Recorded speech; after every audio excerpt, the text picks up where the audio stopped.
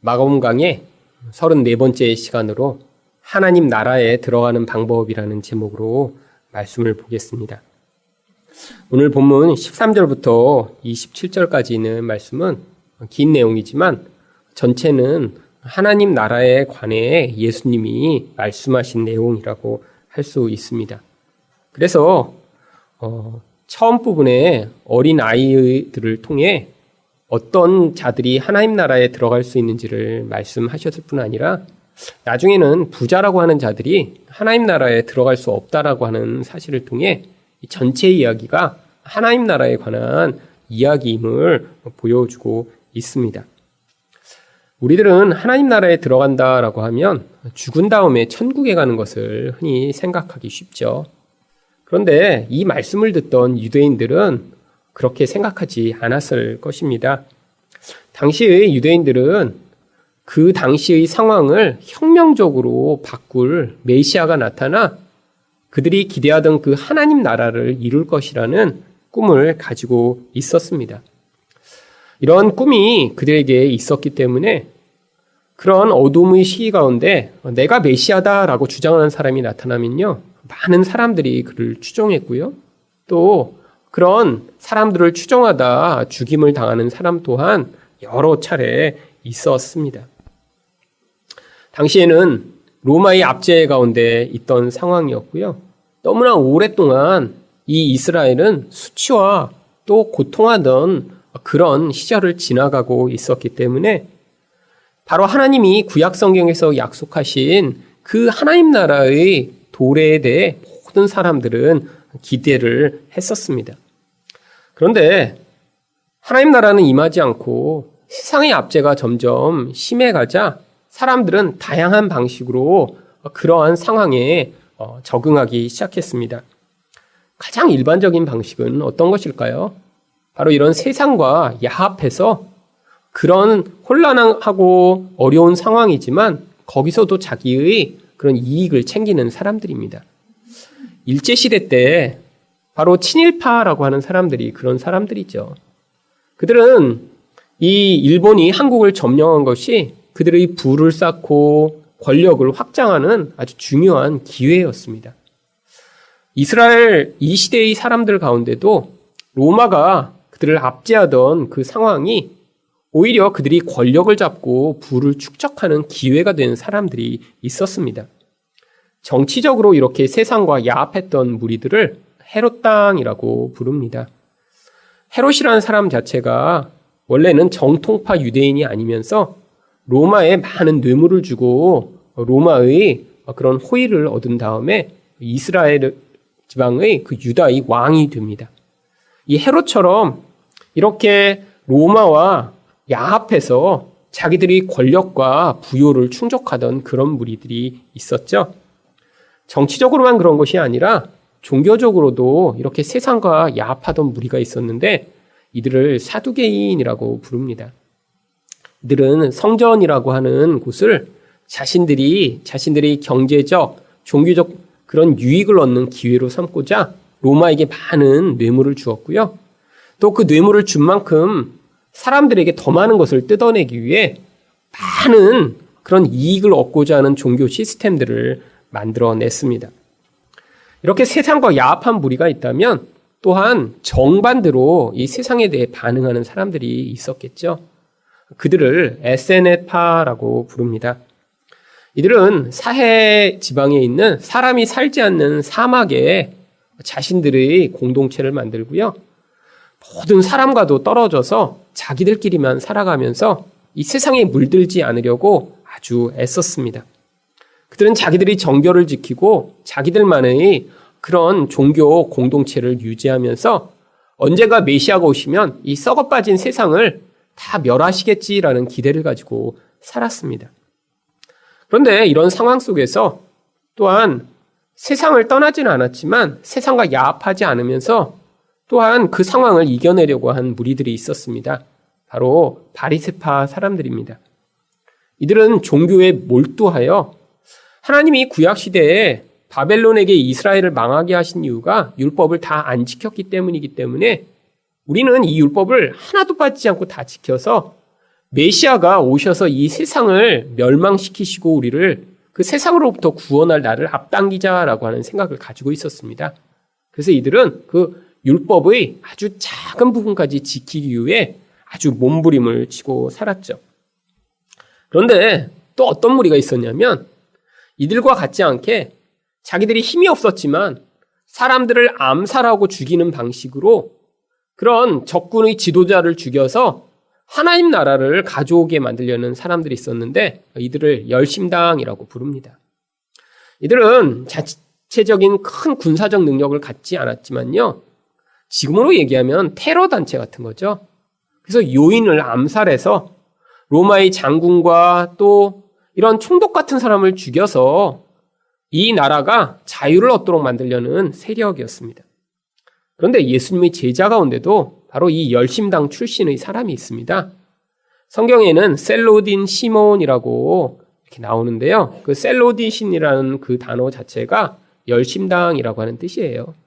예수님을 따라다니기 전에는 아마 그 열심당에 속했던 자였던 것 같습니다. 그리고 마지막으로 메시아가 오시면 모든 게 해결되겠지라고 생각하며 그냥 다른 사람들처럼 평범하게 살아가면서 메시아를 기다리는 사람들이 있었습니다. 성경의 중심 인물들은 바로 이 자들입니다. 예수님의 제자들이 바로 이렇게 메시아를 기다리던 사람들이었죠. 그런데 이들은 그 메시아가 오시면 이 모든 것이 바뀔 것이라는 기대가 컸기 때문에 예수님을 따르기 전에 세례 요한을 따랐던 경력들이 있습니다. 예수님의 중요한 제자들인 베드로, 요한, 야고보, 안드레 이 모든 사람들이 이미 세례 요한을 따라다니던 사람들이 예수님이 그 세례 요한보다 더 위대하신 것 같으니까 이제 스승을 바꾸어 예수님을 따라다니기 시작한 것입니다. 그런데 앞에서 언급한 그런 사람들과 다른 특별한 점이 이 제자들에겐 있었습니다. 헤롯 당이나 이런 사두개인처럼 이들은 세상과 착할 수 있는 그런 힘과 권세와 그런 권모술수를 갖지 못한 자들이었습니다. 정치적으로 이렇게 세상과 짝하려도요, 기본 자금이 있어야 하거든요. 로바한테 뇌물을 주기 위해서 없는 것을 줄 수는 없잖아요. 이미 자기가 어느 정도의 힘과 능력을 가진 사람들이 주로 세상과 야합을 하게 됩니다. 또 이 SNF파처럼 이들은 세상을 아예 등질 수도 없었습니다. 왜요? 힘은 없었지만 세상을 사랑했거든요. 세상에서 잘 살고 싶었고요. 세상에서 행복하고 싶었기 때문에 아예 다 버리고 도망갈 수도 없는 사람들이었습니다. 그렇다고 이들이 바리새파처럼 살 수는 없었습니다. 왜냐하면 그렇게 바리새파처럼 엄격하게 살 그런 자신과 능력이 없었거든요. 예수님의 제자 가운데 그래서 11명이 이 유대 지역 출신이 아니라 갈릴리 지역 출신입니다. 그것만 보더라도 이들은 이미 이방 사람들과 섞여 살고 있었고요. 이런 종교적인 규례나 율법에 그렇게 엄격하게 그것들을 따르지 아니하였음을 알 수 있습니다. 또한 이들은 무력을 사용해 세상을 바꿀 만큼 용기 있는 사람들도 아니었습니다. 결국 어떤 사람들이 이렇게 메시아를 기다리다가 나중에 예수님을 따랐냐면요. 세상적으로는 힘도 없고 세상에 대한 사랑은 아직도 많고 또 종교적인 열심도 그렇게 특심하지 않고 그렇다고 민족적 열심이 탁월한 것도 아닌 평범하고 볼품없고 별것 아닌 사람들이 아무것도 하지 못하다가 그래 내가 하지 못하니까 예수님이라도 오셔서 세상을 싹 바꿔버렸으면 좋겠다. 이런 메시아에 대한 기대가 아주 컸던 것입니다. 이렇게 자기 힘이 없던 자들에게 어떤 한 분이 오시더니 이분이 메시아인 것 같다라는 그런 생각이 들자 그때부터 이들은 자기 집도 가족도 버리고 그분을 쫓았던 것이죠. 그런데 이렇게 열심히 예수님을 쫓아다녔던 진짜 이유가 바로 무엇이었나요? 우리가 기대하던 하나님 나라, 죽은 다음에 천국에 가려고 그런 것이 아니었습니다. 이들이 왜 예수님을 따랐나? 어떤 하나님 나라가 임하기를 기대했나 하는 것은 마가복음 10장 37절에 아주 잘 요약되어 있습니다. 예수님이 이제 예루살렘으로 바로 올라가시기 전에 이들이 예수님이 자신의 순환 예고를 하실 때마다 당황하고 혼동해 하다가 이제 거의 이제 예루살렘까지 오시고 나니까 이제 때가 얼마 남지 않은 것을 이들이 알았나 봅니다. 그래서 특별히 야고보와 요한이 예수님께 와서 이런 요청을 합니다. 마가복음 10장 37절입니다. 여짜오되 주의 영광 중에서 우리를 하나는 주의 우편에 하나는 좌편에 앉게 하여 주옵소서. 무슨 말입니까? 세상에서 높은 자리에 앉게 해달라는 거죠. 마치 지금의 정치 상황을 보는 것 같지 않으세요? 누군가 한 명 지금 이제 나중에 대통령이 되면 지금 어느 편에 서 있냐에 따라 나중에 아마 그의 미래와 인생이 달라질 것입니다. 지금 사람들은 계속해서 지금 찾고 있는 거예요. 누가 더 가능성이 높을까? 사실 그 밑에 따라다니는 많은 사람들은요, 누가 되든 관계 없습니다. 근데 내가 줄을 잘 서서 지금 아직 명확히 모르잖아요. 비슷비슷한 것 같잖아요. 갑자기 튀고 나올 수도 있잖아요. 그러니까 줄만 잘 서서 끝까지 그 줄을 잘 타서 나중에 그 기회를 딱 잡으면 이제 나중에 한 자리 해먹기 위해 사실 지금 밑에서 아주 물밑 작업을 열심히 하고 있는 것이나 이 제자들의 모습이나 하나도 다른 게 아닌 것입니다. 왜요? 이들이 기대하던 하나님 나라는 이런 혼란하고 어둡고 가난하고 압제받던 상황이 갑자기 변해서 거기에 하나님 나라가 임하고 거기에서 그들이 삶과 환경이 달라지는 것을 꿈꾸고 있었던 것이기 때문입니다. 이런 제자들을 향해 예수님은 하나님 나라가 무엇이고 하나님 나라에 어떻게 들어가게 되는지를 오늘 본문과 상황을 통해 가르쳐 주시고자 합니다. 하나님의 나라는 어떻게 들어갈 수 있나요? 첫 번째로 어린아이처럼 받들어야 들어갈 수 있습니다. 13절 말씀입니다. 사람들이 예수께서 만져주심을 바라고 어린아이들을 데리고 오매 제자들이 꾸짖거늘. 부모들이 아이들을 이렇게 랍비와 같이 존경받는 분에게 데리고 오는 것은 아주 일반적인 일이었습니다. 지금도 그렇지만 이렇게 나이 드신 분, 또 존경받는 분에게 덕담을 듣고 특별히 이 유대인들은 축복의 말씀을 듣는 것을 아주 중요하게 여겼기 때문이죠. 유명한 랍비일수록 그 부모들은 그 유명한 랍비를 존경해서 그로부터 축복의 말을 얻어내기 위해 자기 아이들을 아주 먼 길까지도 데리고 왔다라고 합니다. 예수님이 이렇게 존경받는 랍비처럼 여겨지자 부모들이 아이들을 데리고 온 거예요. 축복 한마디 받기 위해서죠. 그런데 왜 제자들이 그 아이들, 특별히 그 부모들을 이렇게 꾸짖은 것일까요?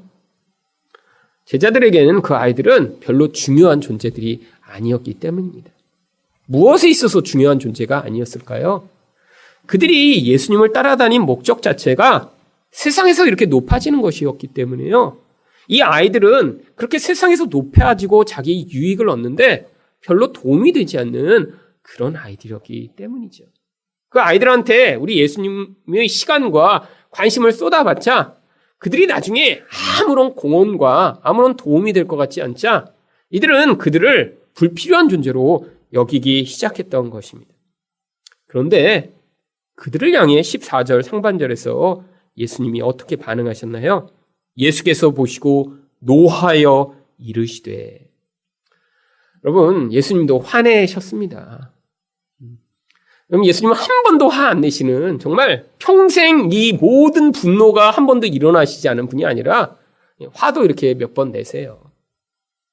여러분, 화내셨다는 건요, 이게 얼마나 지금 잘못된 것이고 얼마나 왜곡된 것인지를 보여주는 것입니다.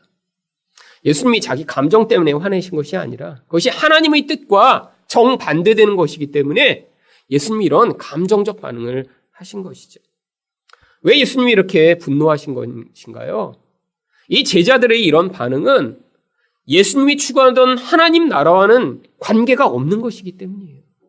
예수님이 말씀하시고 가르치시고 제자들이 살기를 원하시는 하나님 나라는 무엇인가요? 하나님이 모든 것을 다스리시고 통치하시고 그분이 모든 것의 주인이시기 때문에 인간이 거기에서 세상적 힘을 의존으로 삼지 않는 그곳이 바로 하나님의 나라입니다. 세상에선 눈에 보는 것을 힘으로 삼기 때문에 그 힘을 더 많이 가진 자, 그 힘으로 유익이 될 것 같은 자들이 중요하게 여겨지는 세상이지만 하나님 나라는 그렇지 않다라는 거예요. 어린아이들처럼 아무것도 갖지 못한 자, 아니 그래서 오히려 더 그런 연약하고 부족한 자들이 하나님 나라에서는 더 가치 있기 때문입니다. 왜 그러냐면 14절 하반절을 보시면 어린아이들이 내게 오는 것을 용납하고 금하지 말라. 하나님의 나라가 이런 자의 것이니라. 바로 그 아이들이 하나님 나라를 소유하기에 적합한 자들이기 때문입니다. 그런데 왜 아이들이 이렇게 하나님 나라에 적합하다고 말씀하시는 것이죠? 그 이유가 15절에 나옵니다. 내가 진실로 너희에게 이르노니 누구든지 하나님의 나라를 어린아이와 같이 받들지 않는 자는 결단코 그것에 들어가지 못하리라. 바로 어린아이들은 자기 힘과 능력이 없기 때문에 하나님의 나라에 대한 절대적 의존을 가질 수밖에 없기 때문입니다. 이게 바로 하나님이 하나님 백성들에게 요구하시는 거예요. 하나님 나라에 들어오기 위해서는 일단 가치가 변화해야 된다는 거예요. 눈에 보이는 세상의 힘으로 나의 힘을 삼고 또 다른 사람을 판단하는 기초로 삼는 이 잘못된 가치들이 무너지지 않고는 하나님 나라에 들어올 수 없다라고 하는 것입니다. 어린아이들은 그런 가치 기준이 없습니다. 누가 더 많은 힘을 가지고 있는지, 어떤 것이 더 중요한지, 어떤 브랜드가 훨씬 더 가치 있는 것인지, 나이가 들고 성장하다 보면 그런 가치들을 세상의 영향력에 따라 가지게 되는 것이죠. 근데 이것이 무엇을 가져옵니까? 하나님과 다른 사람과 자기 자신의 관계를 다 깨트립니다. 하나님과의 관계는 왜 깨지죠? 바로 이렇게 하나님께 내가 원하는 중요하다라고 하는 그 가치 있는 것을 원했는데 하나님이 나에게 그것을 허락하시지 않으면 내 자신이 하나님으로부터 버림받은 것 같고 하나님에게 내가 저주받은 것이라고 착각하게 되고 또한 그 결과로 하나님과의 관계가 다 깨어지게 되어 있습니다. 이런 대표적인 모습이 바로 기복주의죠. 내가 원하는 복이라고 하는 눈에 보이는 어떤 대상들을 놓고 하나님 내가 볼 때 이게 아주 가치 있는 것 같아요. 이 금이 가치 있는 것 같으니까 내가 이렇게 열심을 하나님께 부렸으니까 그 가치 있는 것을 나에게 주세요. 그런데 하나님 나라의 가치는 눈에 보이는 그것에 있지 않기 때문에 하나님이 그에게 그 눈에 보이는 그 가치 있는 것을 주시지 않을 때 결국 하나님과 관계가 깨어지는 것이죠. 이런 왜곡된 가치를 가진 사람은 왜 다른 사람과의 관계가 깨어지나요? 다른 사람도 그런 가치의 기준으로 평가하기 때문입니다. 내가 중요하다고 하는 것, 그것을 누군가 가지고 있으면 그때부터 그 사람은 나에게 중요한 사람이 돼요. 왜? 그 사람이 언젠가 나에게 유익을 줄 수 있을지 모르니까요. 또 내가 중요하다고 생각하는 그것을 그 사람이 가지고 있기 때문에 그것으로 나와 그 사람의 관계를 재정립하는 것입니다.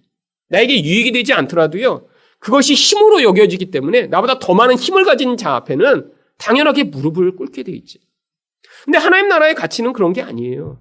이 세상에서 얼마나 돈이 많으냐, 얼마나 똑똑하냐, 얼마나 높은 지위에 있느냐 관계없이 모두 다 하나님 앞에서 동등한 존재들입니다. 다 죄인이고 하나님이 의존해야 살 수 있는 자들인데 그런 거짓되고 하나님이 가치 있게 여기시지 않는 걸 가지고 사람들을 멸시하고 판단하고 정죄하는 이것을 예수님이 싫어하시는 거예요. 이것이 근데 하나님과 다른 사람과의 관계만 깨트리는 것이 아니라 자기 자신도 파괴해야 합니다. 왜죠? 그런 힘이라는 것을 갖고 싶은데 그것을 원하는 만큼 가진 사람이 세상에 어디 있나요? 부자가 되고 싶은 마음은 모두 다 있습니다. 심지어는 아이들도요. 요새는 이제 너무 빨리 깨달아 버렸어요. 성경에는 이렇게 어린아이 같이 나오는데 어린아이 기준은 요즘은 이제 유치원 아주 더 어린아이, 유치원 가기 전에 어린이집 다니는 아이 정도로 해야 돼요. 이 유치원 아이들도 심지어는 너 네 아빠 차 못 타니? 이렇게 얘기하면서 우리 아빠 차는 외제야. 뭐 이러면서 서로 싸우고 제가 진짜 놀란 게 지난번에 3살짜리랑 제가 마을버스에 같이 앉았는데 옆에 아우디가 지나가니까 아우디 그러는 거예요. 그래서 너 혹시 아우디라고 했어? 그랬더니 그 엄마가 얘가 이렇게 지금 말도 못하는데 차를 다 구분한대요. 근데 아우디 막 근데 그 다음에 이제 벤츠가 지나니까 벤트. 여러분 벌써 구분하기 시작한 거예요. 이런 아이는 하나님 나라에 적합하지 않습니다. 이미 세상의 가치가 다 들어와 버렸어요. 여러분 그런데 그 아이가 제가 볼 때 벌써부터 그렇게 아우디와 벤츠를 구분하는 아이인데 마을버스 타고 다니는 거 보니까 집에 아우디와 벤츠가 없어요. 여러분 이 아이는 앞으로 어떻게 자라게 될까요? 자기 아버지를 볼 때 왜 이렇게 무능해? 아니, 나는 저 벤츠 3살 때부터 좋아했는데, 아니, 우리 아버지 왜 벤츠 못하지? 그럼 이런 아이가 어떻게 잘할까요? 나중에 열심히 노력하면 그래서, 나중에 그렇게 쉽게 벤츠를 탈 수 있는 사람이 될까요? 그게 되지 않으면요, 자기 자신이 평생 불만족스러운 거예요. 여러분, 기준이 낮아지면요, 만족할 수 있습니다. 벤츠가 아니라 나는 그냥 바퀴 있는 것만 타면 행복하겠다 이런 아이는요, 그냥 아빠가 2발 자전거만 사줘도 막 눈물 흘리면서 어떻게 이런 거 사주셨어요, 아빠? 예, 기준이 높아지는 아이한테는요, 그런 게 소용이 없는 거죠. 그래서 요새는 아이들용 벤츠, BMW 이 리모트 컨트롤로 이렇게 움직이는 자동차를 팔더라고요. 근데 그것도 엄청 비싸요. 막 100만 원씩 하더라고요. 장난감인데. 여러분, 모든 사람들은 자기 원하는 그런 가치와 기준을 얻고자 하는데 그것이 얻어지지 않을 때 불만족한 인생을 살아가게 됩니다. 여러분, 똑같은 걸 가지고 있는데 어떤 사람은 늘 만족하고 행복한데, 아니 어떤 사람은 그보다 더 많은 걸 가졌는데도 불만족하다면, 여러분 이렇게 많이 가지고 있는 것이 정말로 축복일까요? 결국 이 잘못된 세상적 가치는요, 모든 관계를 파괴해 혼자 영적으로 고립되게 만들고요, 그 고립을 통해 결국 세상의 노예가 되며 나중에는요, 결국 마귀의 노예가 된 인생을 살게 만드는 것이죠. 그렇기 때문에 예수님이요, 그렇게 분노하시고 그들에게 반응하신 것입니다. 여러분, 우리가 하나님 나라에 들어가는 방법, 바로 이 땅에서 이 세상의 가치가 얼마나 아무것도 아닌가를 깨달아야 하는 것입니다. 하지만 우리는 끊임없이 갈등해요. 왜요? 세상에서 가치 있다라고 하는 것을 내가 가지면 혹시 내 인생이 달라지지 않을까? 이런 생각이 계속 들거든요. 아니, 내가 요게 있으면 그 다음 내가 어떤 결정을 할 때, 어떤 선택을 할 때 다른 선택을 할 수 있지 않을까? 이런 생각도 들고요. 그런데 하나님이요, 그런 것도 아무것도 아니라는 거예요. 세상 사람들은 끊임없이 그 가치를 확장하고 내가 중요하다는 것을 더 많이 얻고자 몸부림치며 살아가지만, 하나님 백성은 반대 인생을 살아가게 된다는 거예요. 그래야 나중에 이 세상의 모든 좋은 것이라는 것을 우리가 갖고 있지만 더 이상 그것의 노예가 되어 살지 않고 하나님의 뜻대로 하나님이 우리에게 주신 그 세상의 것들을 하나님의 노예가 되어 우리가 오히려 세상을 섬기는 도구로 사용할 수 있기 때문이죠.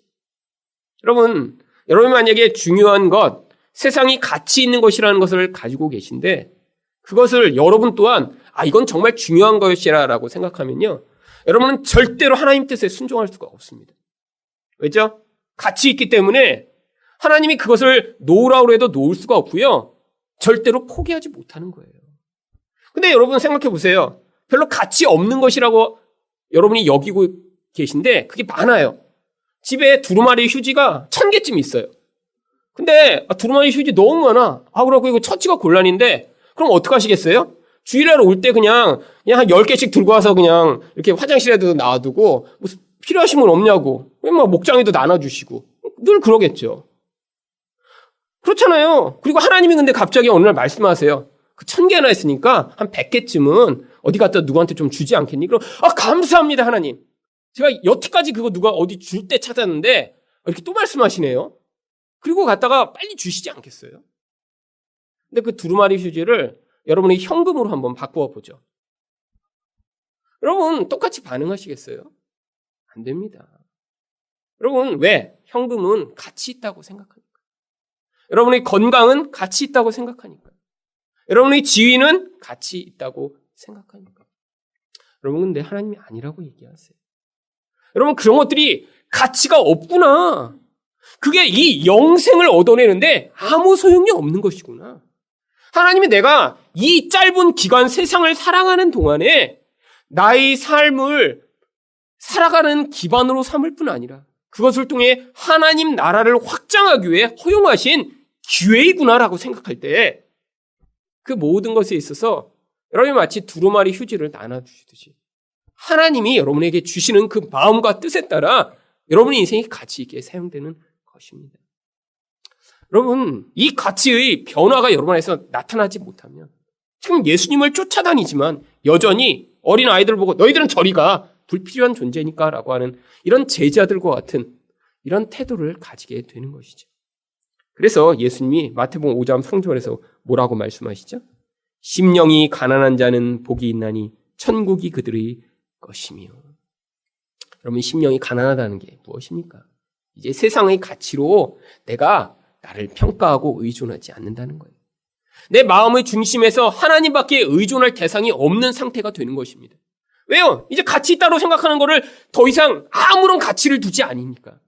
이제 내가 가지고 있다라고 생각한 것, 아니 중요하다고 생각하는 것에 더 이상 의존할 수가 없으니까 그때 하나님을 향해 가지게 되는 마음이 바로 가난한 마음인 것입니다.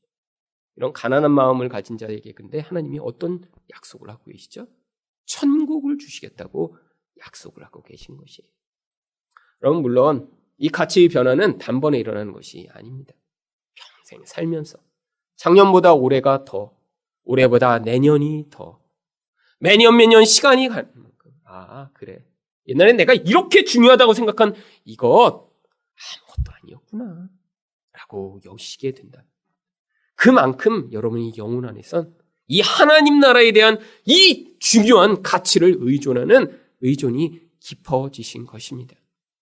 두 번째로, 하나님 나라는 어떻게 들어갈 수 있나요? 우상을 버려야 들어갈 수 있습니다. 이때 한 젊은 관원이 예수님을 찾아옵니다. 이 사람은 부자이기도 하면서 관원이기도 했고요. 또 문맥상 바리새인이었던 것 같습니다.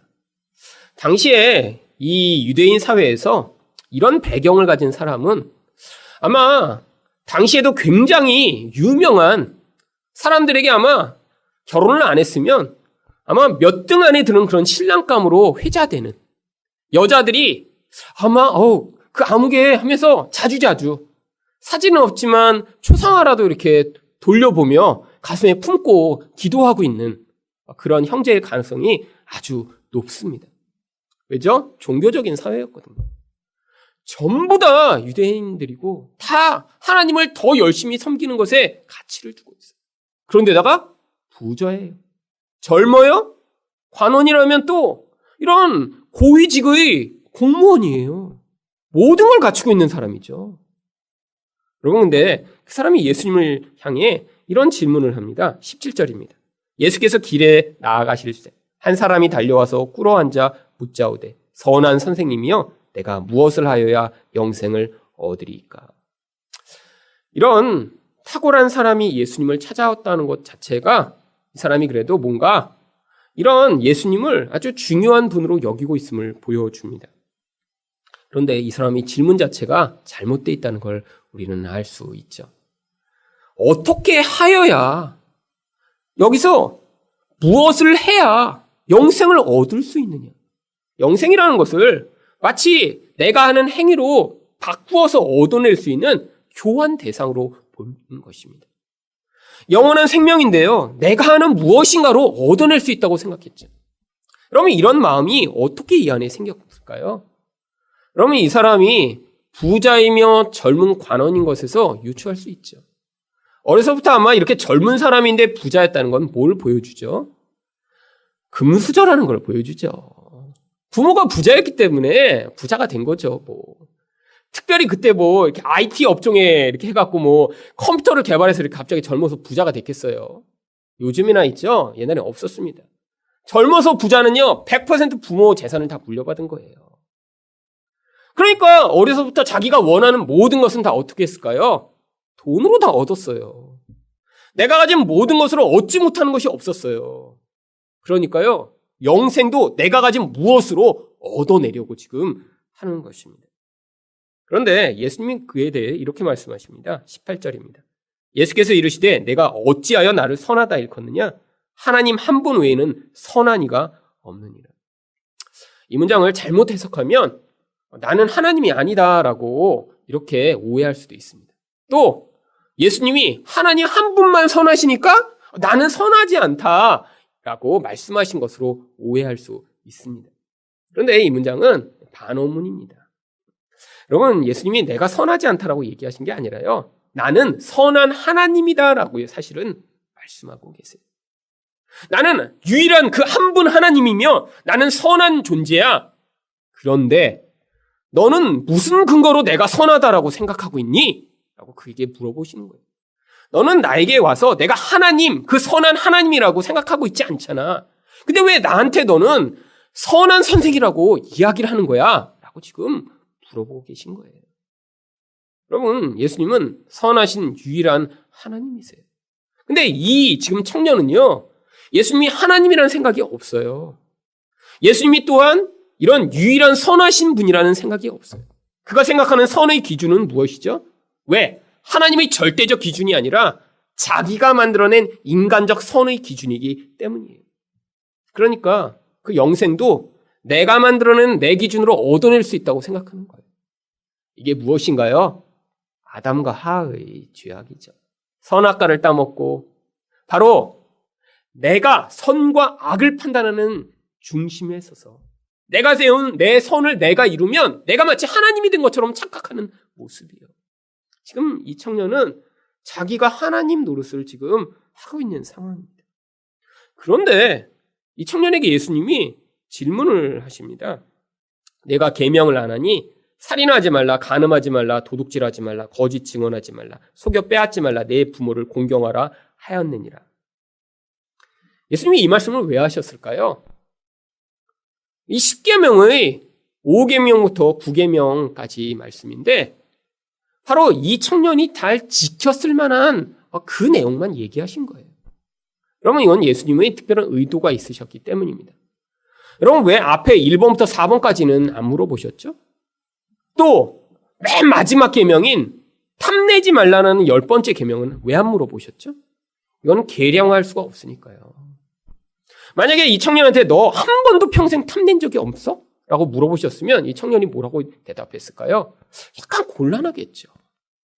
근데 그걸 쏙 빼놓고 물어보시니까요. 이 청년은 지금 당당한 거예요. 왜?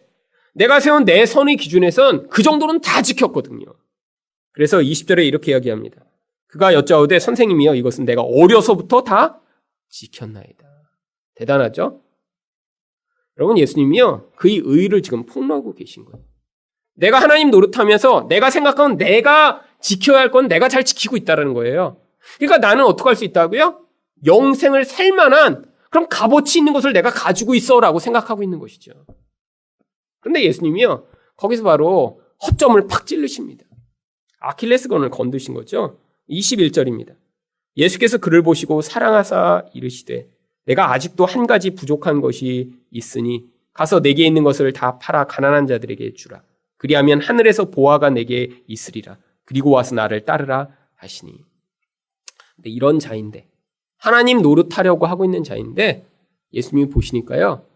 그게 막 너무나 교묘한 악으로 가득 차 그렇게 하고 있는 게 아니라 너무 순진하게 그러고 있는 거예요. 지금. 그러니까 보시면 사랑하신 거예요. 그 수준에서 몸부림치며 나 잘하고 있죠? 마치 피카소에게 어떤 꼬마가 그림하는 그러더니 당신 그림보다 내 그림이 훨씬 선명하고 멋있는데요? 그랬을 때 피카소가 껄껄 웃으며 보듯이 진짜 하나님 앞에서 하나님 노릇하려는 그 청년을 보니까 사실은 불쌍하신 거죠. 그래서 그에게 한 가지 이야기를 하십니다. 내가 가지고 있는 것을 다 팔아라. 여러분, 왜 가지고 있는 것을 다 팔라고 하신 것이죠? 이 사람이 이렇게 하나님 노릇할 수 있는 가장 중요한 근거, 바로 그 근거가 이 사람한테는 돈이었기 때문입니다. 재정적으로 넉넉하고 그것이 자기에게 가져오는 안정과 쾌락과 부요가 있었기 때문에 그 다음에 남는 시간을 이런 율법들도 지키며 거기에서 자기의 그런 권위와 자기의 그런 모든 부요를 유지할 만한 그런 삶을 살고 있었던 것이죠. 그런데 그걸 빼앗기면요, 이 사람은 더 이상 이런 고귀한 모습, 종교적인 모습으로 남아있을 수 없었던 것입니다.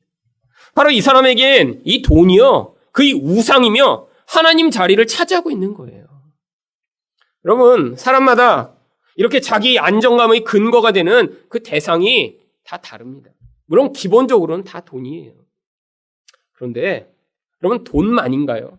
아닙니다. 어떤 사람에겐 돈만큼이나 중요한 무엇인가 있어요. 근데 하나님이요, 우리에게 그것들을 요구하시고 우리에게 드러내실 때가 있어요.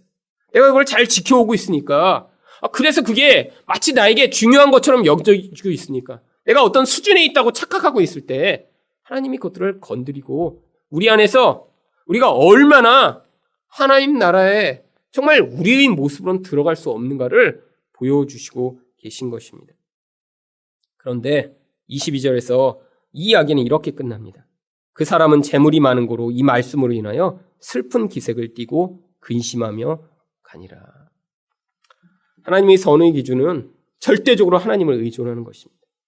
그런데 이 청년의 선의 기준은 하나님이 요구하신 몇 가지를 지킨 다음에 그 다음에 그것으로 영생이라는 것을 맞바꾸려고 했던 것이죠.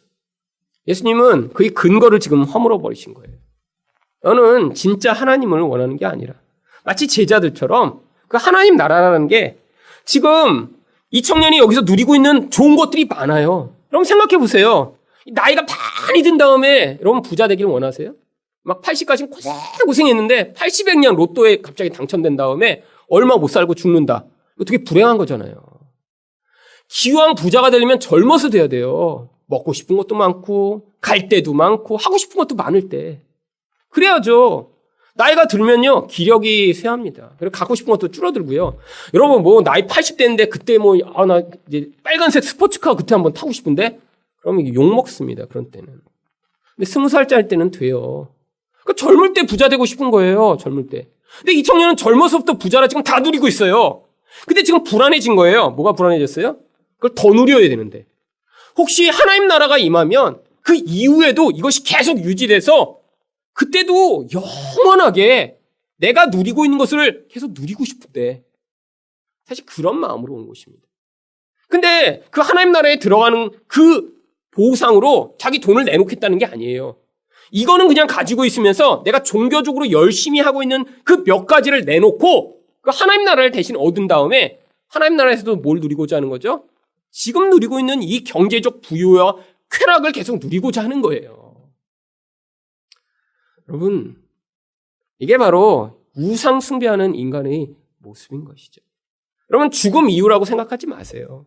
이 제자들의 생각처럼요, 갑자기 하나님의 나라가 임해서 이분이 혹시 메시아로 서갖고 천지개벽이 일어나도 거기에서도 통용될 수 있는 그 근거를 마련하고자 예수님을 찾아온 것입니다. 여러분, 많은 사람들이 예수님을 이렇게 믿고 있어요. 어떻게 믿고 있죠? 여기서 충성 봉사해서 뭔가의 하늘나라에서 크레딧을 쌓은 다음에 천국에 가서 거기서도 내 집은 옆집보다 좀 컸으면 좋겠고 혹시 거기서 차가 있다면 나는 좀 좋은 차 타고 싶고 그 다음에 거기서 뭔가 맛있는 걸 주신다면 남보다 좀 특이하고 귀한 걸 먹고 싶은 게 사람들이 그 나라를 꿈꾸는 그런 많은 이유입니다. 그래서 한국 사람들한테 이 상급론이 굉장히 효과가 있죠. 왜? 네가 여기서 이렇게 해갖고 헌신을 하면 하나님 나라에서 너에게 큰 상이 있을지어다. 여러분, 하나님 나라에서 하나님이 우리에게 주실 유일한 상은 하나님의 생명밖에 없습니다. 만약에 그 나라가 그런 곳이라면 이 청년처럼 예수를 믿고 있는 거예요. 예수한테 와서 여기서 누리는 그 보장보다 더 좋은 보장을 얻어내고자 하는 거죠. 예수님 제자들보다 이 사람에게 이 예수님을 찾아온 것이 오히려 불행한 일이 된 이유가 무엇인가요? 여러분, 예수님을 만난 다음에 불행하게 된 몇몇 사람이 있습니다. 대표적인 사람이 누구죠? 가룟 유다죠. 차라리 예수님을 안 만났으면 이런 불행한 결론이 되지 않았을 텐데. 본디오 빌라도요? 그때 잠깐 예수님 만났다가 2000년째 사람들 입에서 본디오 빌라도에게 고난을 받으사. 그게 뭐예요? 얼마나 불행한 인생이에요. 아니, 그 몇 분 만나고 2000년째 수억 명의 사람의 입에서 나쁜 놈으로 이렇게 언급이 되니 차라리 태어나지 말걸. 근데 이 사람 이름이 안 나오지만 얼마나 불행한 인생이에요. 예수님을 만나기 전까지는 계속 누릴 줄 알았는데 고민이 되겠죠. 고민이. 그 우상의 실체가 확 드러나고 나니까 오히려 불편하겠죠. 하나님이 우리 인생에도 그렇게 찾아오십니다. 이제까지 내가 전혀 아무것도 아닌 것이라고 생각했는데 그게 나의 행복의 이유라고 생각했는데 하나님이 불편하게 하실 때가 찾아와요. 근데 그 불편하게 하실 때 그 불편한 그것을 내려놓으셔야 합니다. 그것을 품은 채는 하나님 나라에 들어갈 수 없기 때문입니다. 마지막으로 하나님의 나라는 어떻게 들어갈 수 있나요? 하나님의 능력으로 들어갈 수 있습니다. 23절 말씀입니다. 예수께서 둘러보시고 제자들에게 이르시되 재물이 있는 자는 하나님 나라에 들어가기가 심히 어렵도다 하시니. 심히 어렵다는요, 불가능하다라는 뜻이기도 합니다. 그런데 이렇게 말씀하시자 제자들이 어떻게 반응했습니까? 24절 상반절을 보시면 제자들이 그 말씀에 놀라는지라. 왜 놀랐을까요? 제자들이 평생 생각해보지 못한 그런 이상한 말씀이었기 때문이죠. 당시의 사람들은 하나님의 축복을 받아야 부자가 된다고 생각을 했습니다. 아니 근데 하나님의 축복을 받아서 부자 된 자들이 하나님 나라에는 들어갈 수가 없다니요? 이거 이상하잖아. 그러니까 사람들이 엄청나게 놀란 거예요. 너무 놀라니까 예수님이 똑같은 말씀을 또 하세요. 24절 하반절입니다. 예수께서 다시 대답하여 이르시되 얘들아 하나님 나라에 들어가기가 얼마나 어려운지. 그리고 25절에 비유를 말씀하십니다. 낙타가 바늘기로 나아가는 것이 부자가 하나님의 나라에 들어가는 것보다 쉬우니라 하시니. 낙타가 바늘기에 들어가는 그거는 정말 불가능한 거겠죠. 혹시 나중에 무슨 이렇게 큰 물체를 작게 만드는 무슨 특별한 그런 이제 공학이 발전하면 모를까? 그거는 이제 불가능한 일입니다. 물론 여기 나오는 이 바늘기가 예루살렘 가운데 있는 작은 성문이라고 주장하는 사람들도 있습니다.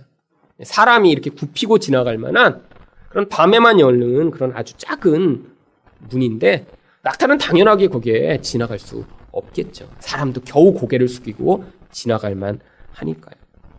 비유입니다. 부자가 이렇게 하나님 나라에 들어가기 어렵다는 것이죠. 그랬더니 26절에서 제자들이 어떻게 반응합니까?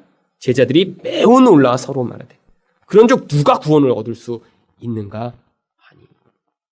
아무도 구원을 못 받겠다 그러면, 아니 하나님의 축복을 받아 부자가 된 사람들이 저렇게 구원을 못 받는다면 도대체 누가 구원을 얻을 수 있어? 아무도 구원 못 받겠네. 그랬더니 예수님이 뭐라고 하시죠? 27절입니다.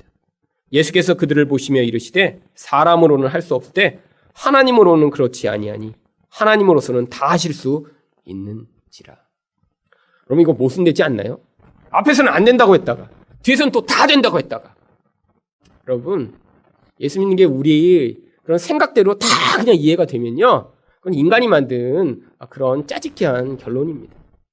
이해가 안 돼야 정상이죠. 왜 이해가 안 되죠?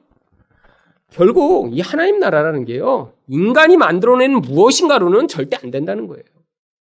여러분, 그럼 가난한 자는 무조건 쉽게 들어가나요? 가난한 자도 못 들어갑니다.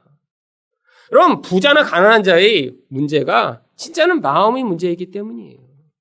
여러분, 결국 이 마음을 그래서 하나님이 어떻게 하신다는 거예요?